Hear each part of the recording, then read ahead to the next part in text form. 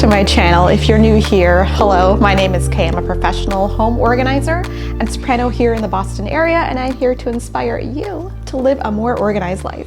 So today we're going to talk about our home and our relationship with our home. So at the time of my filming this, it is January 25th, and we have been home a lot because of world situations, and we've just been a lot of us have been staying at home. Not all of us. Quick shout out to those who have been on the front lines and going out, grocery store workers, nurses, doctors, people who work at banks, all y'all have been going out there. Like, my hat's off to you. Thank you so much. But even if you have been going out to work during this past year, you've been at home a lot more than you usually are. You haven't really, hopefully, been going out to restaurants or people's houses and spending a lot of time outside of your house. And it's changed a lot of the way that we think about our spaces and our relationship with our homes. If you've been watching my channel for any length of time, you'll know that I think of your home and your space as a very important character in your story, even if it's not one that you talk to. It's one that you have a relationship with. It protects you. Your surroundings are either comfortable, they're cluttered, they're sparse, they're well decorated, maybe they're more austere, but it is your space and you have a relationship. Maybe it's a dysfunctional relationship, maybe you are in perfect harmony with your home. However, it is a relationship that should be nurtured. And in this past year, I found that a lot of people have discovered that either their spaces are unsatisfactory to them and they need help, or that they just discovered that they had too much stuff that they weren't using and they need to get it out the door, which has been really great. And even me, I'm not used to being home quite this much, and I just wanted to share with you in this video about the way that my relationship with my home has changed during this year and how my habits have changed a little bit in relating to my home. So the first thing I've done is I have embraced full Hygge. Is it Hygge? Hygge? Hygge? You know what I mean. So Hygge is one of those things, it's a concept. It's more of like a comfort, cozy kind of way. It's a very mindful way of living and being in your space and just relating to the world in general. And I found that this is something that I've always embraced, even as a little child. Maybe it's the Taurus in me, but I've always wanted like comfortable surroundings, really nice music playing, lovely books, nice candlelight, little twinkly lights, soft, warm environment. But during the time that I've been home, I have really embraced that to the max. I have embraced the whole candle thing. A lot of you know that I love this local company called Vessel Candles. They are an amazing local candle company made right across the river in Watertown, Massachusetts. Wonderful. And they have these wonderful, beautiful scented candles. And I've also embraced the whole like twinkly light aspect, just become really comfortable having lovely plush fabrics around. It's just something that I've fully embraced. So now my space feels like it hugs me. I even at this point, and I'm filming this on January 25th, is that my Christmas tree still up. Why? Because I like the twinkly lights, because I've embraced full Hygge. I don't know if I'm gonna take it down like in the next 2 days. I probably won't, just to be honest, but it's giving me that nice, warm, comforting feeling that's been really important, because I know a lot of us are feeling this sort of underlying low level of stress, and that helps to relax some of that a little bit. The next thing that has changed is that cooking at home has become fully normalized and sort of ritualistic.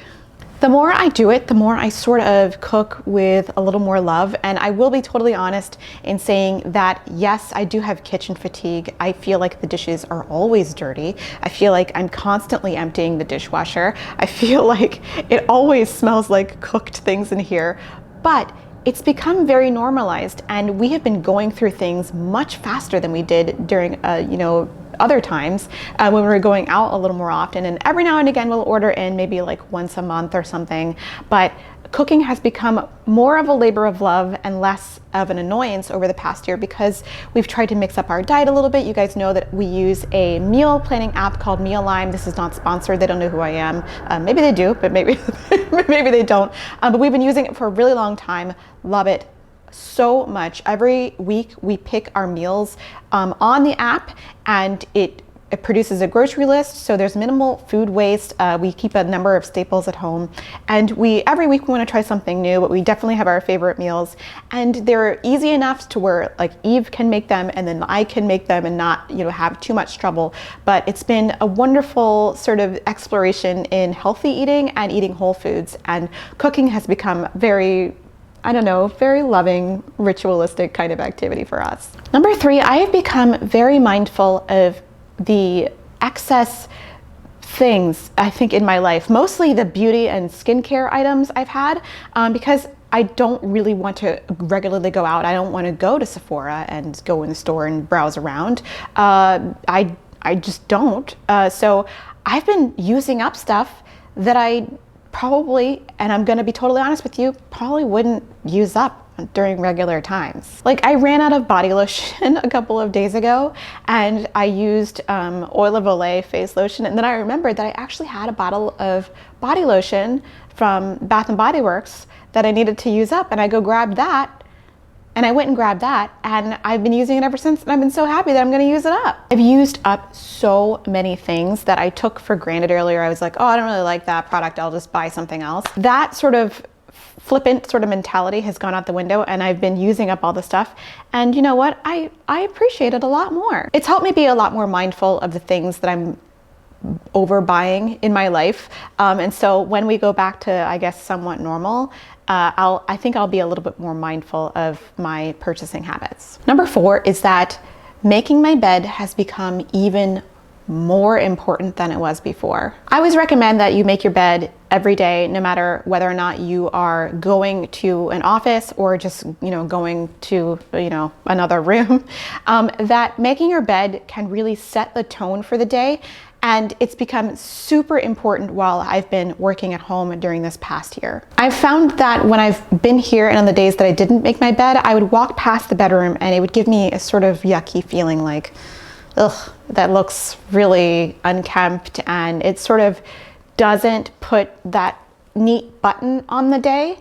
And I've found that the habit of making the bed every morning has been it really sets the tone for the day, and that's become even more important the longer I've been hanging around at home. And that there's nothing more satisfying to me than pulling back that neatly made bed and getting into bed at night and having a nice restorative sleep, ready to start the day in the morning. So making the bed has become even more important than before, because before, if you forgot to make it, you could leave the house and you would forget about it for a while and then come back and you were like, oh. But now I walk past and see it all the time. So making it, super important now. And lastly, I've had time to get rid of so many things that just weren't serving me in this space. I know that a lot of us have taken the time to declutter and get rid of the things that we don't need because we're looking at them all the time. And I think that even though I'm a professional organizer and help people do that for a living, I still am a human and I have to do that for myself. And the longer I sit here and look at things in my space, the more I go, do I really need that? It's been really cleansing to give stuff new life or to give it to other people. It's been just a really fun thing to sort of only bring things into my life that really gave meaning and purpose, and to get rid of all the stuff that was just taking up space and stressing me out. And I've really come to love my home even more than I had before. And it's been a real joy to be in my space and have it sort of comfort me during this stressful time. So I hope that you out there can improve your relationship with your home and go approach it with an attitude of love and respect for your items, and have it protect you and hug you rather than stress you out. If you like videos on home organizing and mindset and home decorating and cute puppies, go ahead and subscribe. I publish 3 times a week and I go live a whole lot. If you want extra credit, you will press the notification bell so that you don't miss a single video or when I go live. All right, guys, hope you're having a great morning, great afternoon, great evening, wherever you are in the world. I will see you in the next one. Take care of yourselves. Bye.